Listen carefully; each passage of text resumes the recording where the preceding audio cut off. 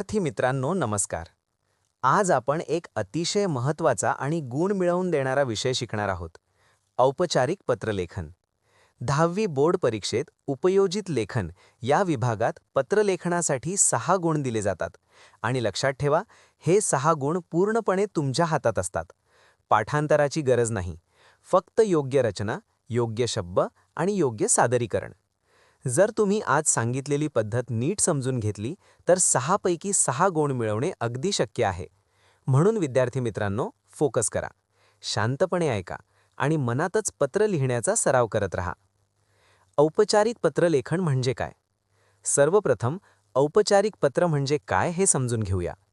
औपचारिक पत्र म्हणजे असे पत्र जे आपण एखाद्या अधिकारी व्यक्तीला, संस्थेला, व्यवस्थापकाला किंवा कार्यालयाला लिहितो. उदाहरणार्थ, शाळेसाठी साहित्य मागणी, तक्रार नोंदवणे, परवानगी मागणे, माहिती मागवणे. या पत्रात भाषा नम्र, आदरयुक्त आणि स्पष्ट असावी. परीक्षेमधील महत्त्व. उपयोजित लेखन विभागात पत्रलेखनासाठी 6 गुण असतात. अनेक विद्यार्थी येथे चूक करतात कारण फॉर्मॅट पाळत नाहीत, परिच्छेद चुकीच्या पद्धतीने लिहितात, स्वतःचे नाव लिहितात, विषय खूप मोठा लिहितात. पण आज आपण अशी पद्धत शिकणार आहोत की तुम्ही कोणताही प्रश्न आला तरी सहज लिहू शकाल. जुनी पद्धत आणि नवीन पद्धत. पूर्वी पत्र लिहिताना उजव्या बाजूला दिनांक, मध्ये मजकूर, परिच्छेदाला जागा सोडून लिहिले जात होते. पण आता बोर्ड परीक्षेत ब्लॉक फॉर्मॅट वापरायचा आहे. विद्यार्थी मित्रांनो, ब्लॉक फॉर्मॅट म्हणजे सर्व मजकूर डाव्या बाजूला, उजवीकडे काही नाही, मध्ये काही नाही, सगळं लेफ्ट अलाइन. ब्लॉक फॉर्मॅट म्हणजे काय? ब्लॉक फॉर्मॅटमध्ये 4 मुख्य भाग असतात. 1. दिनांक, 2. प्रती आणि पत्ता, 3. मुख्य मजकूर, 4. समारोप आणि स्वाक्षरी. आता आपण प्रत्येक भाग सविस्तर समजून घेऊ. पत्राची सुरुवात दिनांकाने. पत्राची सुरुवात नेहमी दिनांकाने होते. उदाहरणार्थ, 5 जुलै 2024. ज्या दिवशी पत्र लिहित आहात ती तारीख लिहा. दिनांक डाव्या बाजूला लिहायचा. प्रती आणि पत्ता. दिनांकानंतर लिहायचे प्रती.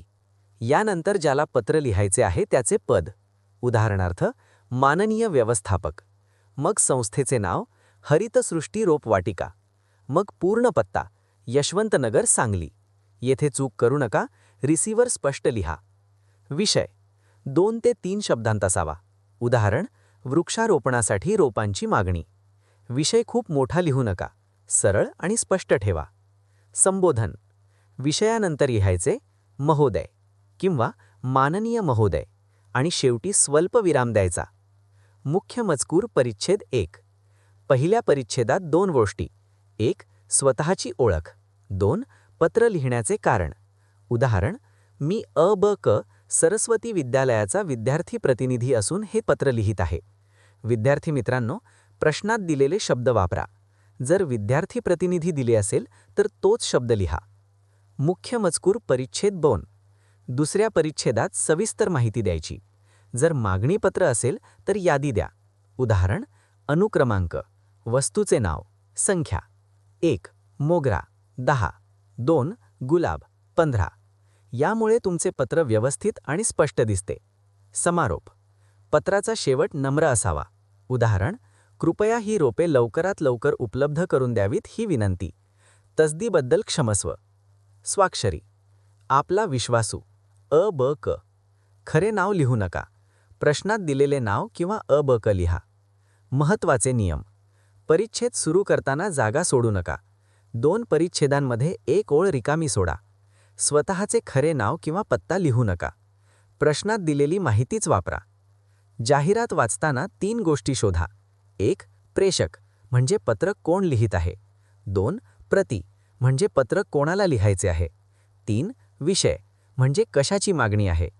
जर हे 3 मुद्दे समजले तर पत्र अर्धे तयार झाले. सराव. उदाहरण, हरितसृष्टी रोपवाटिका, शाळांसाठी मोफत रोपे वाटप. प्रश्न, सरस्वती विद्यालयाचा विद्यार्थी प्रतिनिधी म्हणून वृक्षारोपणासाठी रोपे मागवा. नमुना उत्तर पूर्ण स्वरूप. दिनांक 5 जुलै 2024. प्रती, माननीय व्यवस्थापक, हरितसृष्टी रोपवाटिका, यशवंतनगर, सांगली.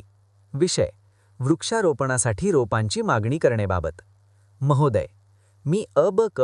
सरस्वती विद्यालयाचा विद्यार्थी प्रतिनिधी असून हे पत्र लिहित आहे.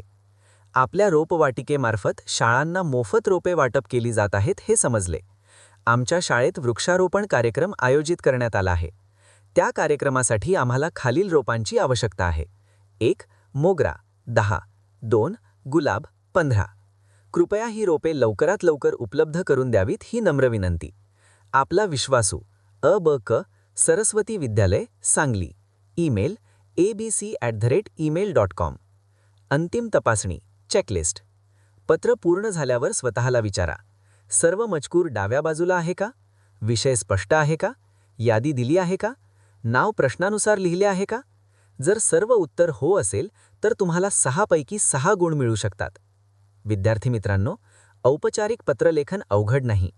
ते फक्त नियमांवर आधारित आहे. फॉर्मॅट पाळा, भाषा नम्र ठेवा, सादरीकरण स्वच्छ ठेवा आणि लक्षात ठेवा, सराव केल्याशिवाय परिपूर्णता येत नाही.